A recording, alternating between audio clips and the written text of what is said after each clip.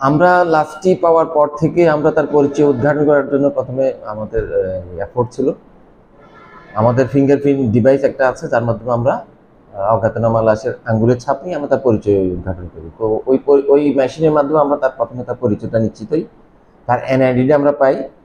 NID পাওয়ার পরে আমরা তার গ্রামের বাড়ি ছিল নোয়াখালী, আমরা নোয়াখালীর ওসির মাধ্যমে যোগাযোগ করি। আর পরবর্তীতে তার কিছু মোবাইল নাম্বার আমরা সংগ্রহ করি। তার এনআইডির বিপরীতে কতগুলো মোবাইল নাম্বার ছিল, মোবাইল নাম্বারগুলো সংগ্রহ করি এবং মোবাইলগুলো আমরা বিশ্লেষণ করে আমরা যে সাসপেক্ট, যে আমাদের নয়ন বড়ুয়া, তার সন্ধান পাওয়া যায়। এবং পরবর্তীতে আমরা নয়ন বড়ুয়াকে গতকালকে 5টার দিকে মহড়া এলাকা থেকে আমরা তাকে আটক করি, জিজ্ঞাসাবাদ করি। জিজ্ঞাসাবাদের পরবর্তীতে স্বীকার করে যে ভিকটিম যে জ্যোৎস্না বেগম ছিল, তার সাথে তার একটা ইলিসিট সম্পর্ক ছিল এবং এই জ্যোৎস্না বেগম তার অধীনে ক্যাডিএস গার্মেন্টসে চাকরি করত। তো চাকরির সুবাদে তাদের মধ্যে পরিচয় হয়।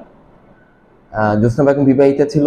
গত বছরের 2024 তারিখে তার স্বামীকে তালাক দেয়। আর অপরদিকে আমাদের যে নয়ন বড়ুয়া যে সাসপেক্ট, সেও বিবাহিত, তার গ্রামের বাড়ি রাউজান কহিরা, তার 2টি বাচ্চা আছে।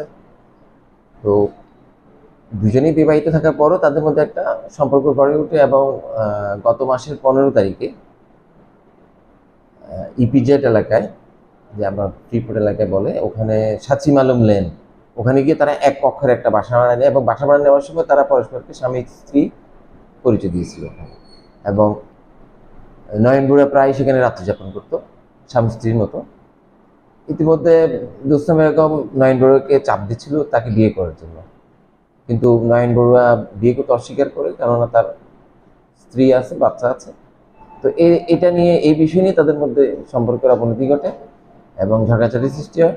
গত শুক্রবার ভোরে, এর আগের দিন রাতে নয়ন বড়ুয়া তার সাথে ছিল, ভিকটিম জ্যোৎস্না বেগমের সাথে একই বাসায় ছিল।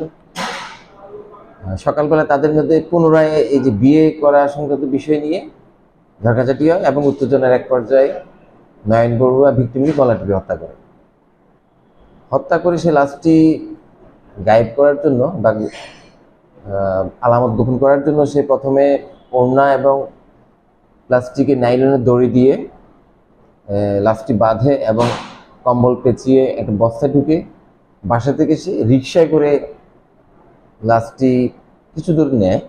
এরপরে একটা সিএনজি চালিত অটো রিকশায় করে সে আমাদের যে লালখান বাজার যে এলিভেটেড এক্সপ্রেসওয়ের নিচে আইল্যান্ডের মাঝখানে সে লাশটি, ওখানে বস্তাটি ওখানে ফেলে সে পালিয়ে যায়।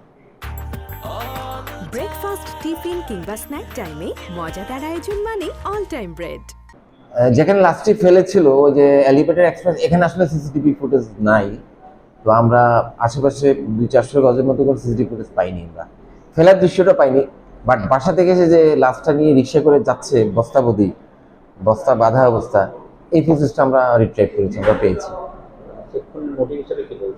মোটিভ হিসেবে প্রাথমিকভাবে সে বলেছে যে তাকে বিয়ের জন্য ভিকটিম চাপ দিচ্ছিল এবং তার বিরুদ্ধে আইনগত ব্যবস্থা মামলা করা হুমকি দিচ্ছিল। ইভেন তার বিষয়টি তার পরিবারকে জানানোর হুমকি দেওয়াতে সে খুব দইয়ে কাজ করেছে। এই ঘটনার পরবর্তীতে ভিকটিমের বড় বোন তৈবা বেগম গতকালকে খুলশী থানায় অজ্ঞাতনামা আসামিদের বিরুদ্ধে একটা হত্যা মামলা দায়ের করে। আপাতত এতটুকুই তথ্য আমাদের, মামলা তদন্ত অব্যাহত আছে। জবানবন্দি তাকে আদালতে প্রেরণ করা হয়েছে এবং বিজ্ঞ আদালতে আবেদন করা হয়েছে। সে যদি স্বেচ্ছায় জবানবন্দি দেয়, স্বেচ্ছায় জবানবন্দি রেকর্ড করার জন্য আবেদন করা হয়েছে।